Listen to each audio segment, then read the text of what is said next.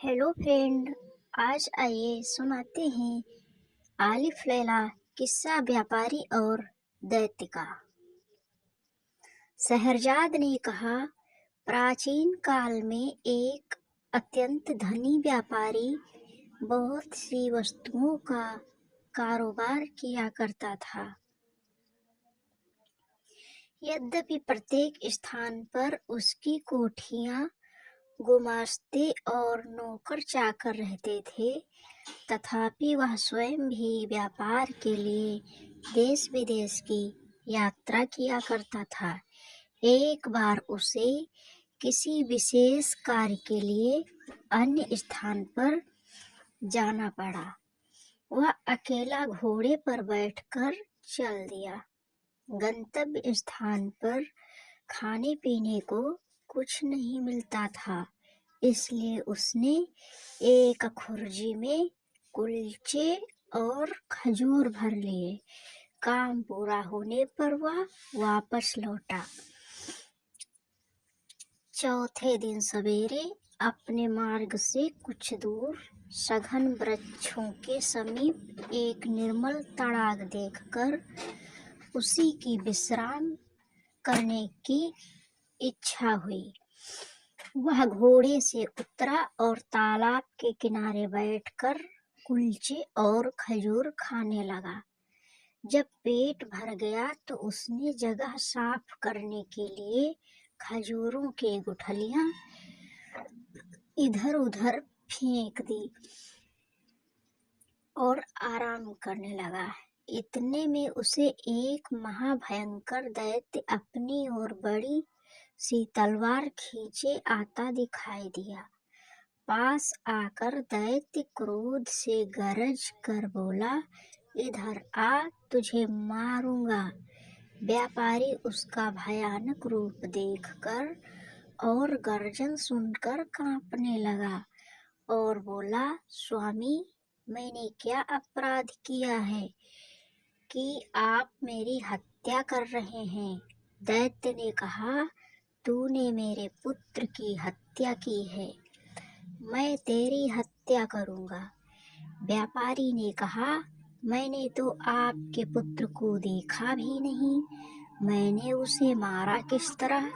दैत्य बोला, क्या तू अपना रास्ता छोड़कर इधर नहीं आया?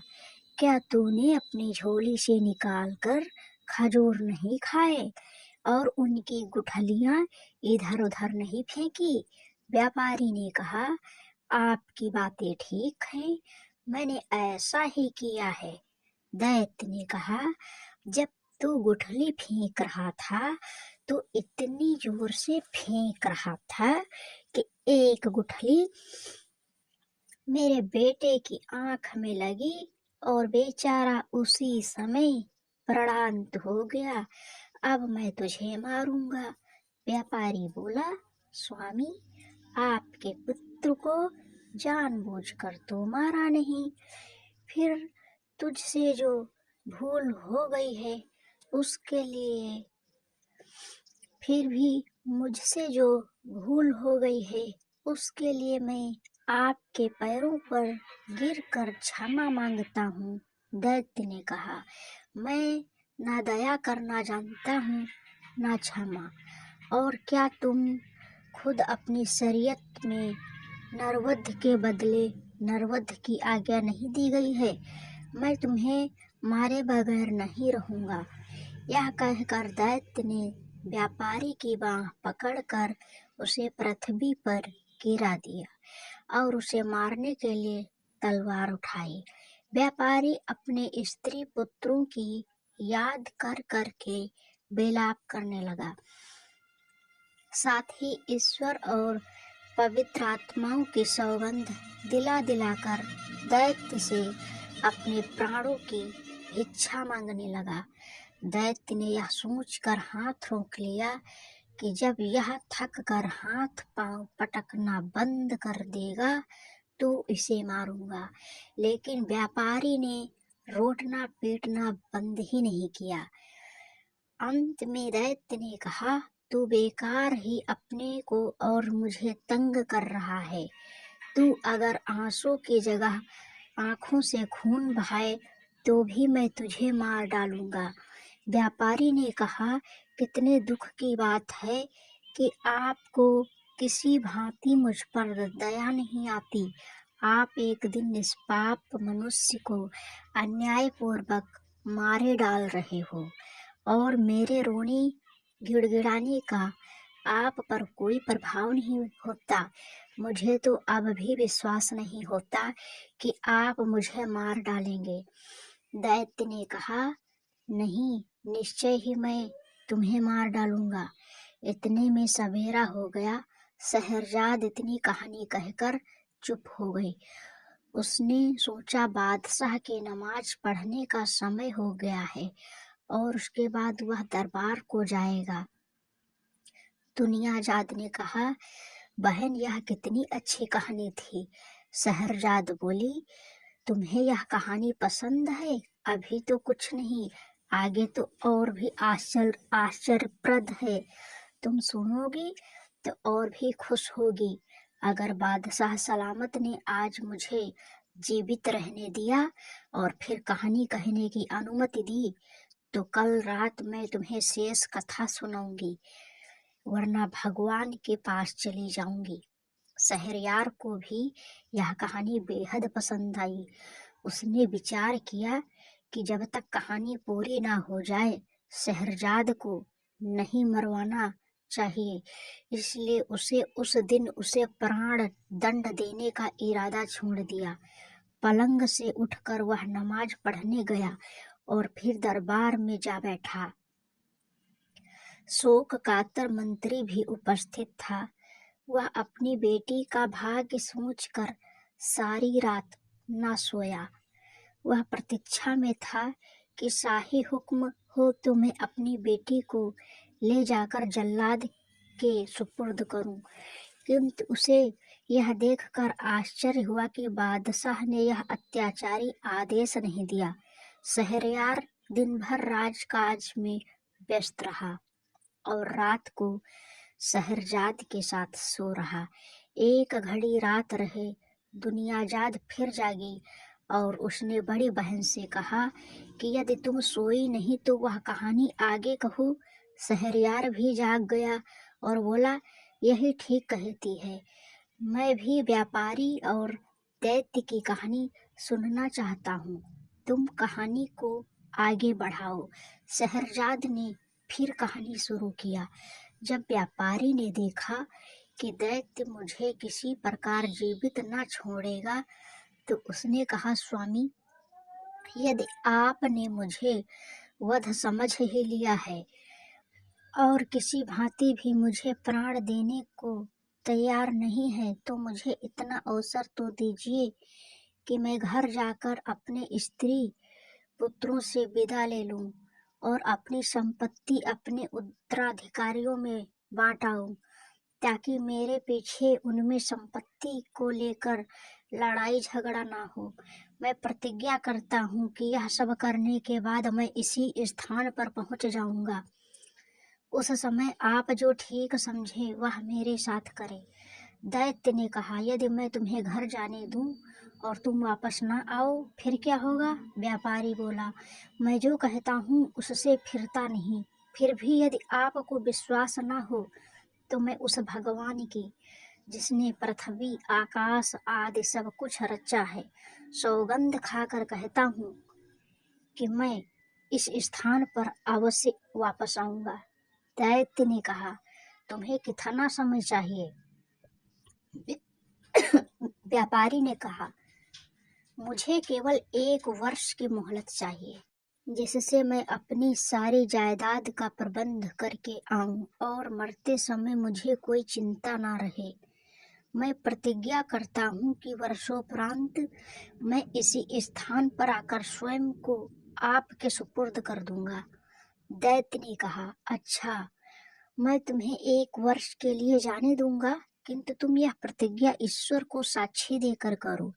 व्यापारी ने ईश्वर की सौगंध खाकर प्रतिज्ञा दोहराई और दैत्य व्यापारी को उसी तालाब पर छोड़कर अंतर्ध्यान हो गया। व्यापारी अपने घोड़े पर सवार होकर घर को चल दिया। रास्ते में व्यापारी की अजीब हालत रही। कभी तो वह इस बात से प्रसन्न होता कि वह अभी तक जीवित है, और कभी 1 वर्ष बाद ही निश्चित मृत्यु पर शोकातुर हो उठता था। जब वह घर पहुंचा तो उसकी पत्नी और बंधु बांधव उसे देखकर प्रसन्न हुए, किंतु वह उन लोगों को देखकर रोने लगा। वे लोग उसके विलाप से समझे कि उसे व्यापार में कोई भारी घाटा हुआ है, या कोई और प्रिय वस्तु उसके हाथ से निकल गई है, जिससे उसका धैर्य जाता रहा है।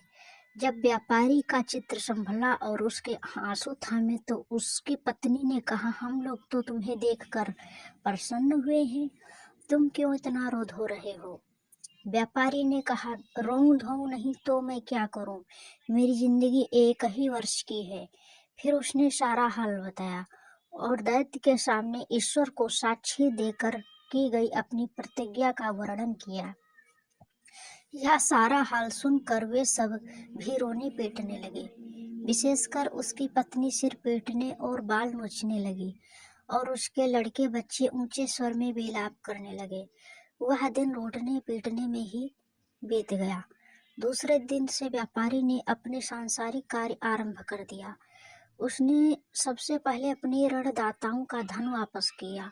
उसने अपने मित्रों को बहुमूल्य भेंट दी, फकीर साधुओं को जी भरकर दान दिया, बहुत से दासी दासियों को मुक्त किया।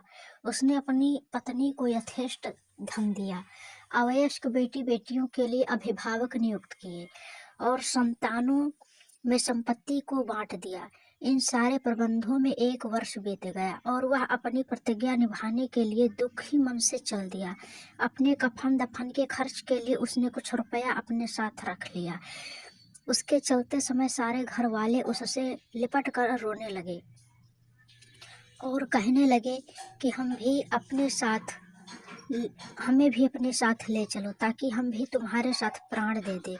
व्यापारी ने अपने चित्त को स्थिर किया और उन सब को धैर्य दिलाने के लिए कहने लगा, मैं भगवान की इच्छा के आगे सिर झुका रहा हूँ, तुम लोग भी धैर्य रखो।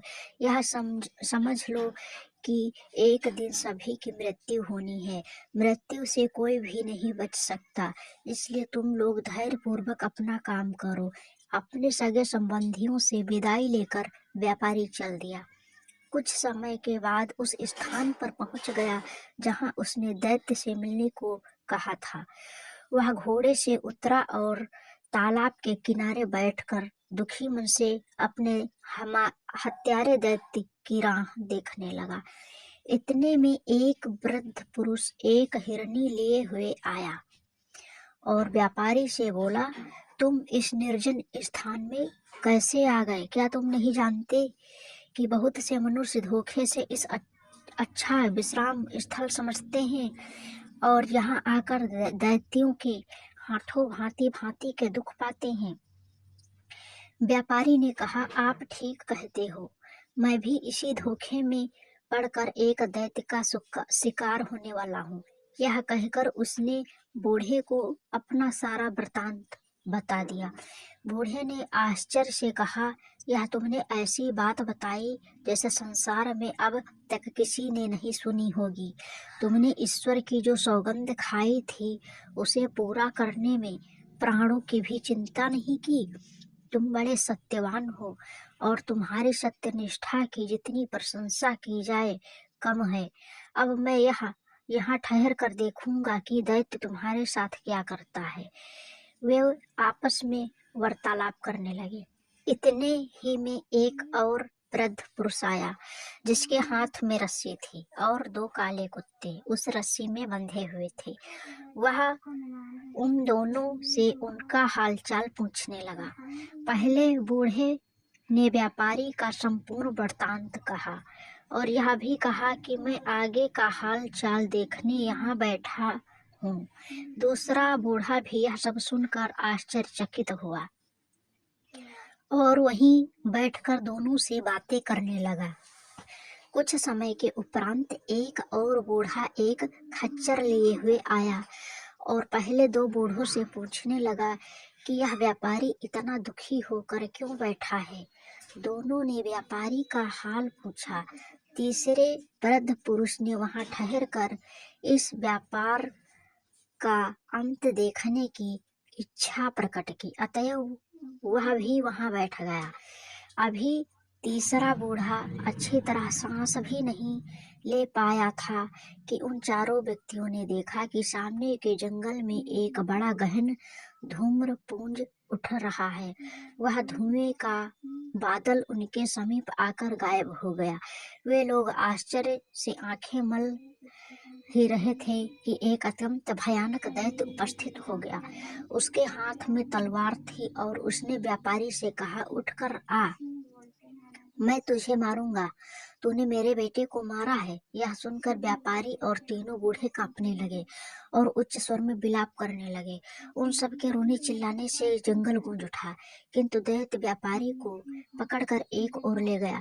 हिरनी वाले बूढ़े ने यह देखा और वह दौड़कर दैत्य के पास पहुंचा और बोला, दैत्य महाराज, मैं आपसे कुछ निवेदन करना चाहता हूँ।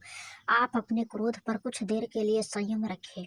मेरी इच्छा है कि मैं अपनी और इस हिरण की कहानी आपको सुनाऊं, किंतु कहानी के लिए एक शर्त है। यदि आपको यह कहानी विचित्र लगे और पसंद आए तो आप एक व्यापारी का 1/3 अपराध क्षमा कर दे।